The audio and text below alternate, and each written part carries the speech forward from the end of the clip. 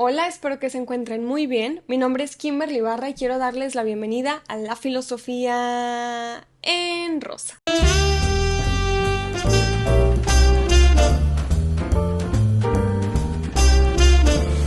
Como saben, en este canal tenemos diferentes membresías y hay un video alternativo por mes. Las personas que adquieren su membresía pueden votar en la encuesta sobre la temática del video alternativo. En esta ocasión fue elegido el video de mis 5 filósofos favoritos, así que vamos para allá. Hice una lista de mis 5 filósofos favoritos y me tomé el derecho de agregar un último, pero más que favorito es el filósofo que actualmente estoy trabajando, que ya lo saben, lo pueden ver aquí atrás, es Michel Foucault, que es considerado como el filósofo especial, digámoslo así, y les voy a platicar por qué lo dejé ahí, por qué lo estoy trabajando, por qué me quise especializar un poco en él. Así que me voy a ir con los 5 primeros. Estos 5 primeros los tengo aquí anotados y simplemente los quiero exponer a ustedes, no por orden de preferencia o de manera jerárquica. Nos vamos a ir por orden cronológico. Voy a empezar con el filósofo más antiguo de mi lista al más actual. El primer filósofo de mi preferencia en mi top 5 es Nicolás Maquiavelo. Nicolás Maquiavelo fue un filósofo florentino, estuvo en la zona de Italia cuando Italia todavía no era una unión de repúblicas como lo es ahora, sino que en aquel entonces Italia se dividía en 5 estados: Nápoles, Milán, Venecia, Florencia y Roma.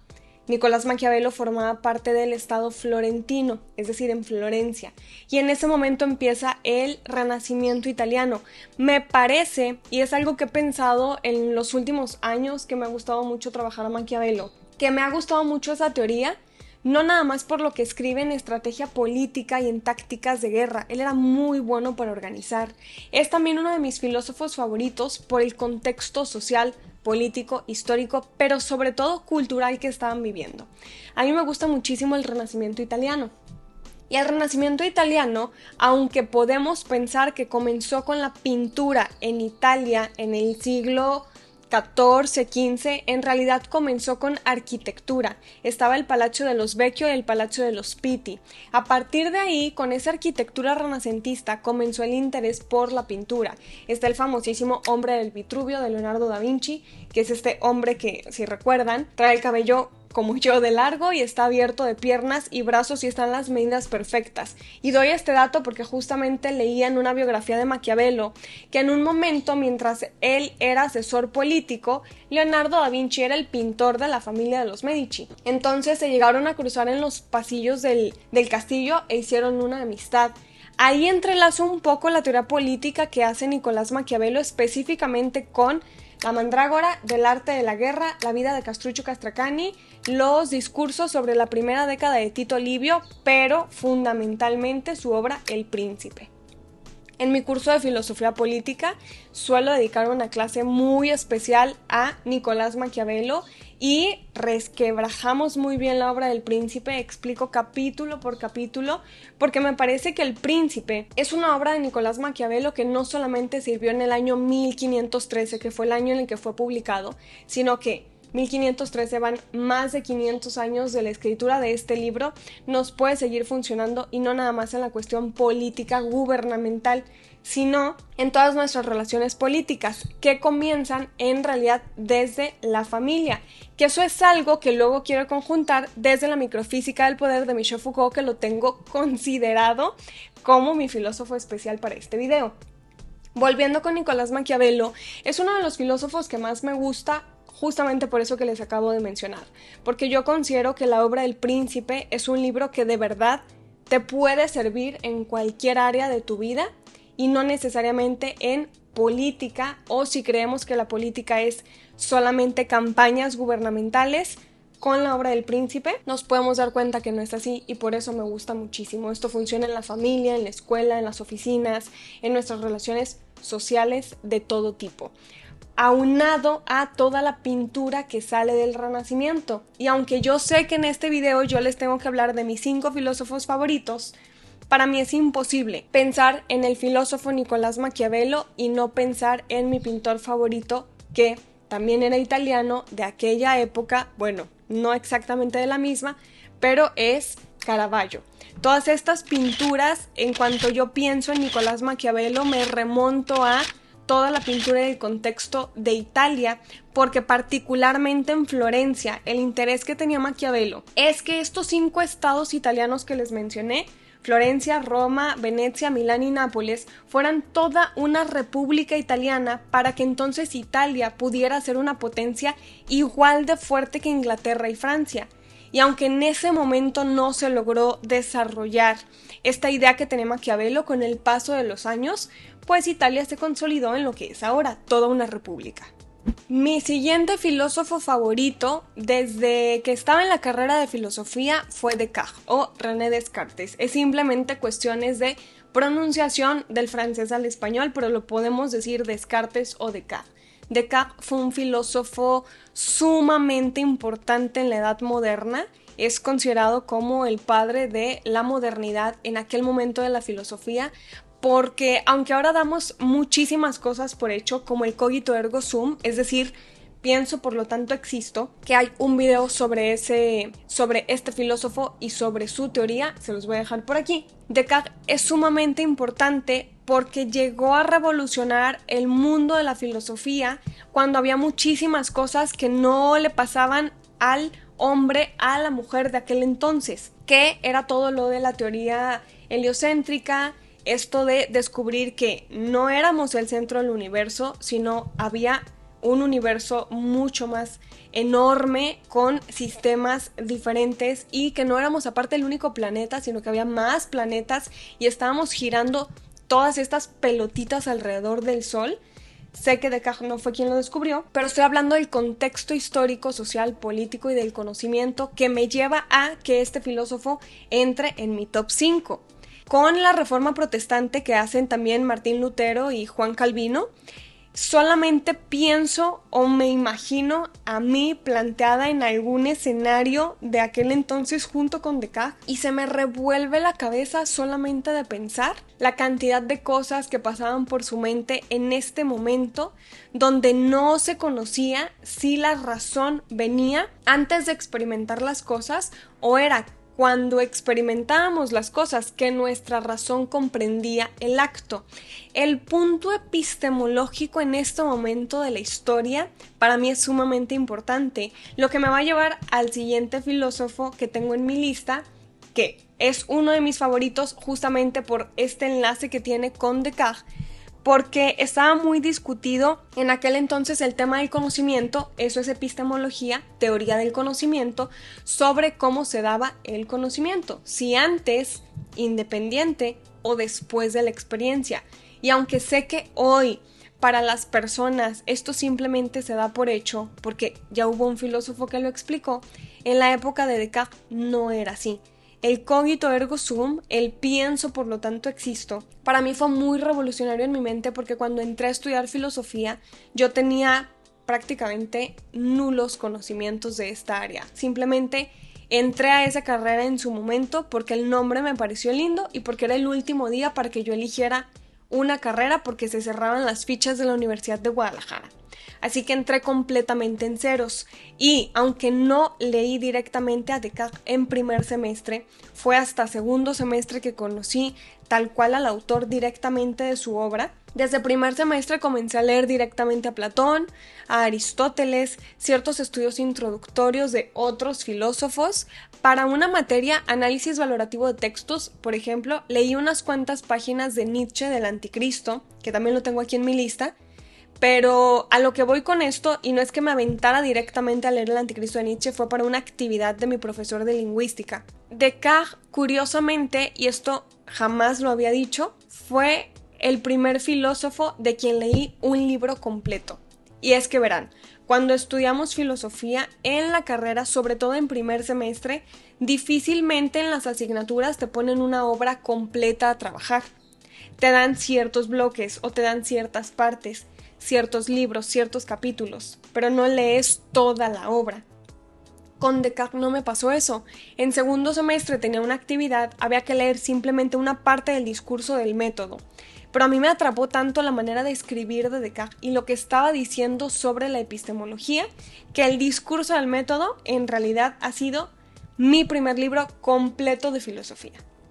Como les digo, ya había leído a Platón, ya había leído la metafísica de Aristóteles, ya había leído algunos diálogos, pero no terminaba la metafísica, no terminaba todos los diálogos de Platón, no terminaba otros filósofos, leía ciertas partes que me iban dejando en la carrera, y el discurso del método sí lo leí de inicio a fin, entonces es parte nostálgico el que Descartes sea uno de mis filósofos favoritos, pero es también, y lo más importante, su sistema de pensamiento lo que me atrapa, porque para mí la teoría que presentó Descartes sobre el conocimiento fue un parteaguas en la filosofía, fue el abrir y cerrar los ojos de la época oscura, fue el despertar en el conocimiento humano en la cuestión filosófica, porque ya se hacía filosofía también para conocer y no nada más para decir, esta es la verdad porque yo la digo y funciona así, que en mi perspectiva fue lo que se hizo durante la Edad Media con todo lo del cristianismo en cuestión de la filosofía, y es con Descartes con quien dices, ok, no nada más es la cosa que yo estoy pensando, afirmándola porque yo lo digo, sino porque para llegar a donde llegué, tuve que pasar por toda una cuestión sobre la duda, que es lo de la duda metódica que les platico. El tercer filósofo, redoble de tambores por favor, es Immanuel Kant. Immanuel Kant, que les decía que tenía una relación con lo que les platicaba de Descartes en cuestión epistemológica. Immanuel Kant es uno de mis filósofos favoritos por muchas razones que les quiero platicar. Uno, hablando un poquito de su vida antes de hablar de su obra, me parece demasiado genial la manera en la que llevaba su día a día.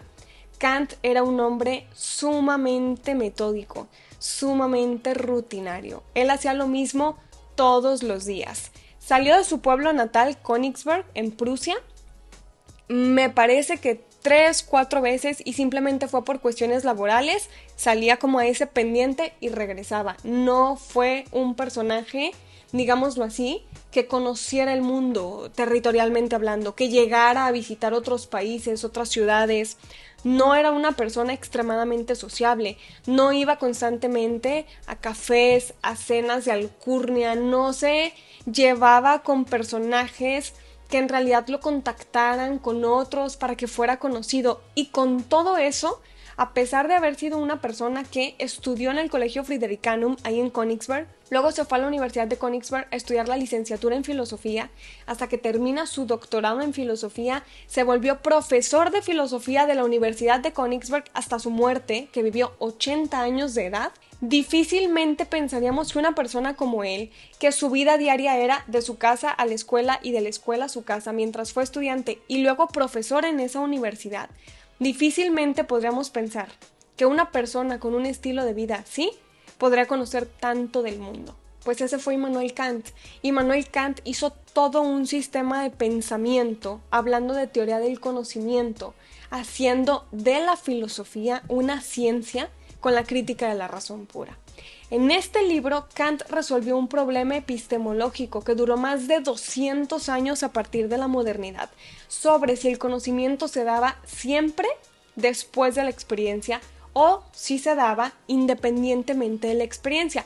Es decir, este problema que estuvo por años del racionalismo contra el empirismo, que prácticamente era como tener una cancha de básquetbol con 2 equipos donde uno tiraba la canasta del contrario, así funcionaba muchos años atrás de Kant.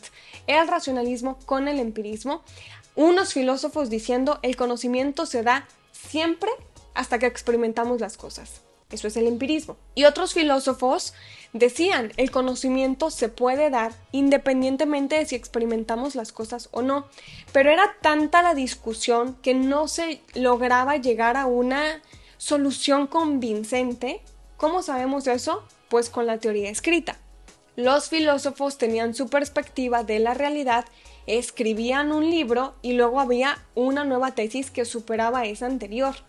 Pero estas tesis, pues al final del día, por decirlo así, se fracturaban, porque una tesis era superior a esta o porque ganaba en argumentos, hasta que llega Immanuel Kant con la crítica de la razón pura.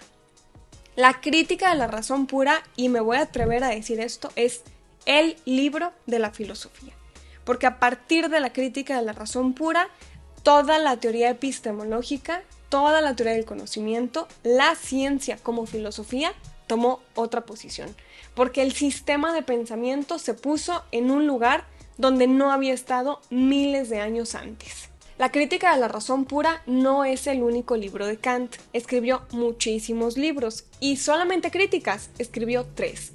Escribió la crítica de la razón pura a sus 57 años de edad. Ya era un doctor en filosofía. Ya era una persona, doctor, pues docta. Estaba muy letrado en lo que estaba escribiendo. Unos años después, si no me falla la memoria, 7, 9 años después, escribe la crítica de la razón práctica, donde hace todo un fundamento a la teoría moral del idealismo alemán. Es decir, Kant no solamente escribió todo un tratado en el sistema de pensamiento a partir de cuestiones epistemológicas, sino también a partir de cuestiones éticas. En la crítica de la razón práctica, Kant prácticamente dice que la moral es algo innato. Es un hecho, que nacemos con una moralidad y ya sabemos de facto qué es bueno y qué es malo.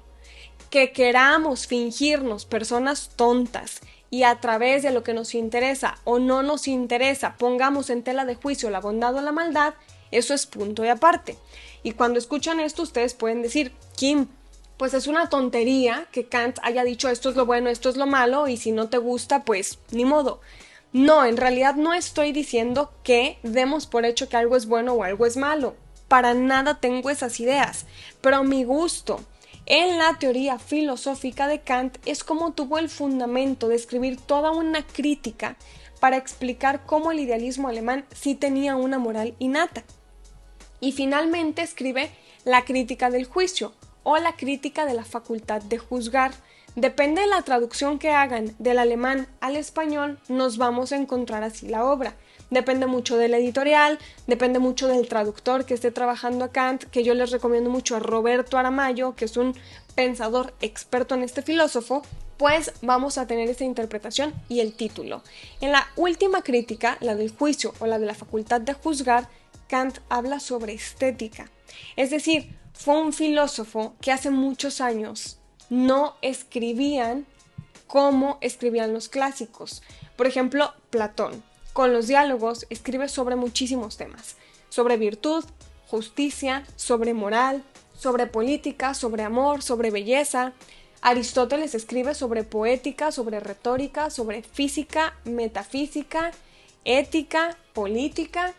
Y luego, por muchos años, los filósofos solo se empezaban a especializar en un área. Es Immanuel Kant, un filósofo que viene a demostrarnos cómo la filosofía no limita el conocimiento o te pone como un caballo a que solo veas hacia el frente con un tipo de sistema de pensamiento que quieras realizar, sino que vuelve a abrir el panorama porque escribe críticas sobre epistemología, recordemos que eso es teoría del conocimiento, sobre ética y sobre estética, nada más en críticas, porque en obras un poco más ligeras o menos extensas escribe muchísimo más. El cuarto filósofo en mi lista del top 5 es Arthur Schopenhauer. Curiosamente, uno de los filósofos que más atacó la teoría de Kant. Y les quiero decir por qué estos filósofos son mis favoritos. Yo aprendí en la carrera de filosofía gracias a una gran profesora y un gran profesor que les estoy hablando de mi mentora, la doctora Enriqueta Benítez, y mi queridísimo maestro Heriberto Pajarito, que ya no vive. Gracias a estos dos profesores yo aprendí a no casarme, digámoslo coloquialmente, casarme con un filósofo, casarme con la teoría de un filósofo. Porque estos dos profesores me enseñaron que la filosofía tiene muchas vertientes, que los filósofos no necesariamente van a decir una verdad y nos vamos a quedar solo con eso, sino que podemos aprender de todos. Y es lo que me sucede a mí con Kant y con Schopenhauer. Aunque Kant fundamenta toda la teoría moral y toda la teoría epistemológica y toda la teoría estética del idealismo alemán, Arthur Schopenhauer viene y revoluciona todo eso porque está en desacuerdo con lo que hace el idealismo post-kantiano con los románticos alemanes, Hegel, Fichte, Schelling, Sloterdijk, Hölderlin. A partir de ahí, Schopenhauer considera que no tiene que ser verdad todo eso que se está diciendo. Y no es que esté completamente en desacuerdo, porque Schopenhauer sabía que Kant era un docto, simplemente tiene otras perspectivas del mundo. Schopenhauer era experto en arte, tenía muchísimos conocimientos, sobre todo en música clásica, por eso me gusta mucho. Hay una obra de Schopenhauer titulada Sobre la visión y los colores, que me parece fundamental antes de que leamos sus 2 tomos sobre el mundo como voluntad y representación. Aparte de esto, Schopenhauer tiene muchos escritos sobre el arte de ser feliz, el arte de hacerse respetar, el arte de ofender a los demás. Schopenhauer era muy peculiar a la hora de escribir porque, a mi gusto particular, escribe de una manera genial. Tiene bastantes nociones literarias y no solo filosóficas, y por eso me encanta. Su pesimismo me da, curiosamente, muchas ganas de vivir. Y Schopenhauer me gusta tanto que fue el nombre que le puse a mi perro. Mi perrito Shoppy se llama así por el filósofo Arthur Schopenhauer. El siguiente filósofo de mi lista, y ya estamos en el 5º y último, para pasar a mi filósofo especial, es Friedrich Nietzsche. Nietzsche es el filósofo que, en mi gusto y opinión particular, revolucionó la filosofía, reestructuró todo lo que se dio a partir del idealismo alemán con Kant. Y justamente fue por Friedrich Nietzsche que Arthur Schopenhauer empezó a ser conocido, porque Schopenhauer no fue un filósofo querido, reconocido, que conocieran sus obras, hasta que Nietzsche le escribe Schopenhauer como educador, que empieza a ser muy conocido, y dice Nietzsche que es Schopenhauer quien representa verdaderamente a la filosofía alemana. Nietzsche me gusta principalmente por su espectacular crítica al cristianismo, a todo esto que ha movido al mundo a partir de la idea de un cielo, un infierno, un cuerpo, un espíritu, y que a partir de estas nociones que se tienen en el cristianismo, que el mismo Nietzsche dice, el cristianismo es platonismo. Vivimos una vida privándonos de muchísimas cosas físicas para que nuestro espíritu se proteja. ¿De qué carajo? ¿Quién sabe? A partir de la teoría de Nietzsche y de todo lo que leí estando en la universidad y posterior a, empecé a agarrar este gusto. Yo no me quise adelantar a leer a Nietzsche porque pasa muchísimo que en la carrera de filosofía las personas que entran a estudiar, que son personas jóvenes, empiezan a estudiar filosofía porque leyeron a Nietzsche. El primer libro que leen de Nietzsche es El Anticristo, el último libro que escribe, cuando está enfermo, cuando ya tiene pensamientos no muy encadenados a algo congruente.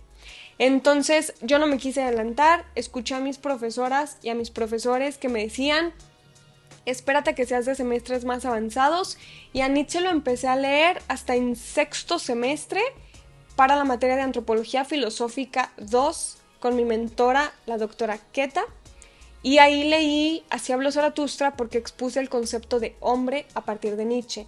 Cuando terminé la carrera en filosofía, mis 7 semestres como estudiante y luego la tesis que me llevó 1 año, tomé un diplomado en la obra filosófica de Friedrich Nietzsche en el Instituto de Filosofía de Jalisco con mi profesor, que ya era de la universidad, el doctor Rommel Navarro, y él me explicó demasiado, porque es una persona sumamente inteligente, tiene muchísimos conocimientos en Nietzsche, Schopenhauer, Kant, Gilles Deleuze, sabe muchísimo, y a partir de tomar el diplomado con él sobre Nietzsche, tuve otras nociones. Nietzsche es uno de mis filósofos favoritos, al punto de que tengo un curso particular de él y doy talleres sobre su concepto Übermensch, que es el proyecto más importante de su filosofía, y quizá lo han escuchado como el superhombre. Yo prefiero llamarle lo ultrahumano.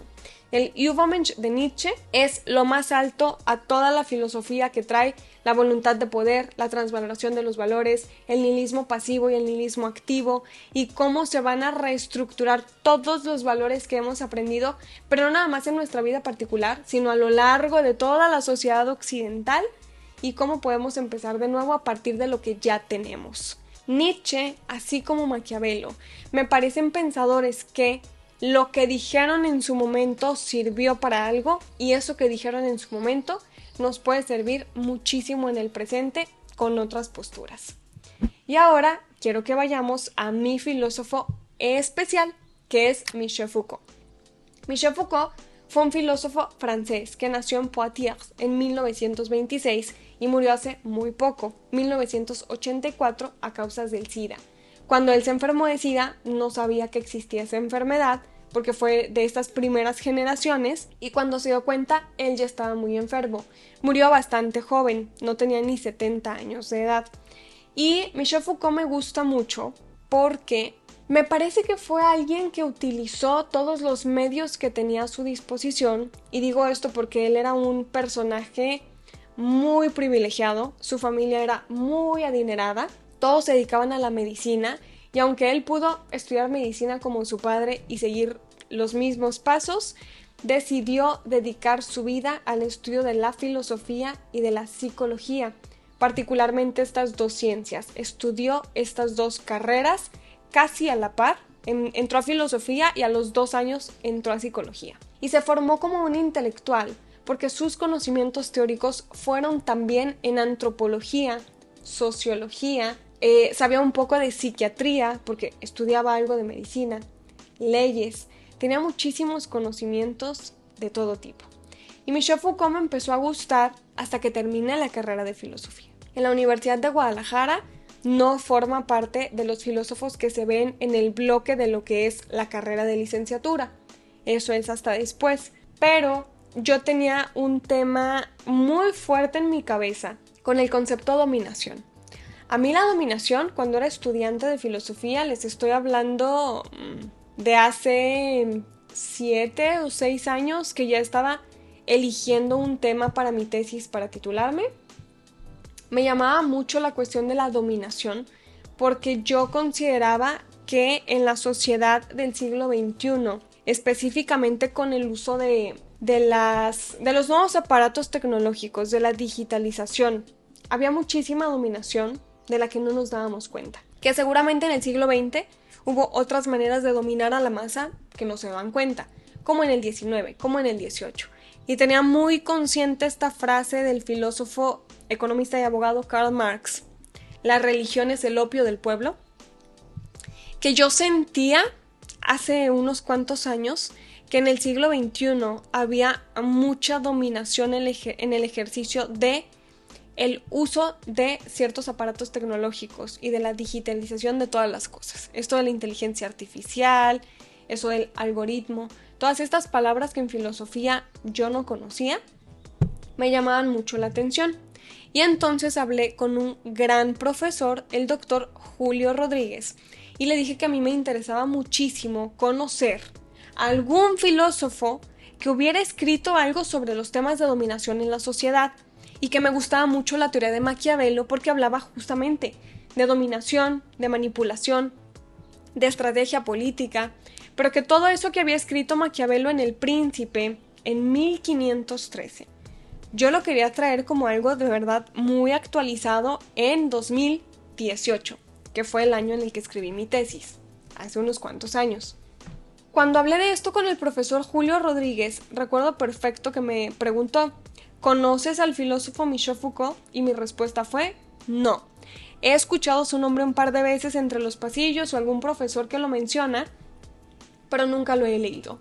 Y entonces, como pueden ver, aquí tengo lleno de libros de Foucault y les voy a dejar por aquí uno de los videos alternativos donde les platicaba cuáles son los libros que tengo acá atrás. El profesor Julio me dio la tarea de leer un libro titulado Vigilar y Castigar, que hasta la fecha es uno de los libros de Foucault que más he leído. Luego el doctor Rommel, con quien tomé mi diplomado sobre la obra filosófica de Friedrich Nietzsche, me dio la tarea de leer La arqueología del saber, para tener esta idea de cómo iba la dominación. La teoría de Michel Foucault simplemente me apantalló los ojos, me atrapó la mente, me hizo querer desarrollar todo un pensamiento propio a partir de lo que he leído en Foucault, de cómo considero que funciona el concepto de dominación en el siglo XXI a través de ciertas tecnologías, de ciertas herramientas digitales. A partir de ahí estudié el concepto del saber. El concepto del saber para tenerlo como una herramienta para ejercer el poder en la dominación del siglo XXI. No les quiero adelantar más esto porque es algo en lo que actualmente estoy trabajando y yo tengo una meta muy grande a la que espero llegar algún día, un sueño intelectual que es lograr una maestría y posteriormente un doctorado en filosofía, sobre filosofía de la cultura y filosofía política a través del trabajo de Michel Foucault, aplicado a la cotidianidad, a la practicidad del siglo XXI, específicamente con el uso de ciertas herramientas, particularmente las redes sociales, con el tema de la dominación, del poder, del saber, de todo este ejercicio para poder funcionar de manera más, digámoslo así, consciente con el pensamiento humano. Michel Foucault es, por encima de los 5 anteriores que les dije, mi filósofo favorito, porque en mi opinión fue alguien que vivió en una época, es decir, el siglo pasado, vivió en una época donde ya había muchísimos conocimientos teóricos y él agarró todo lo que pudo para buscar algo práctico a eso que decía. Michel Foucault tiene una frase maravillosa que yo constantemente le digo a mis alumnas y a mis alumnos en el curso particular de filosofía política, que es el último filósofo al que vemos con las técnicas de dominación estructurales y subjetivas para llegar al ejercicio del poder, que eso es lo que vemos en la unidad 10 de mi curso. Y cito, dice Michel Foucault, la tarea de un intelectual, la tarea del filósofo es tratar de cambiar algo en las personas. No es hacer que la gente cambie, sino tratar, intentar al menos que con conocimiento teórico las personas traten de hacer cambios en su vida. Y yo soy una persona muy creyente de que si algo va a cambiar a este mundo es la educación. Pueden pensar que es una utopía, pueden pensar que es un sueño que jamás se va a dar, pero al menos es lo que rige mi vida y lo que me tiene aquí trabajando en lo que hago, que me hace muy feliz. La educación me parece a mí que es la salvación para que la sociedad actual ya no se autocastigue. Entonces, pues por eso Michel Foucault es mi filósofo favorito. Actualmente estoy trabajando en esto que les platiqué. Yo espero escribir un libro sobre esto ya mucho más especializado en unos años, porque requiero muchos conocimientos, mucho estudio, muchas lecturas y muchas clases más. Por ahora, este fue el video alternativo de este mes. Si ustedes quieren votar en la siguiente encuesta, revisen las suscripciones que tenemos para que puedan elegir entre los 3 videos opcionales que les pongo de qué quieren que yo les platique, tanto de mi vida como estudiante como de mi vida profesionista y siempre tantito chismecillo filosófico. Espero que les haya gustado mucho este video, me gustó muchísimo compartirles quiénes son mis filósofos predilectos por el momento, quién es mi filósofo especial, así que nos vamos a ver muy pronto. Soy Kimberly Barra y esto es La Filosofía en Rosa.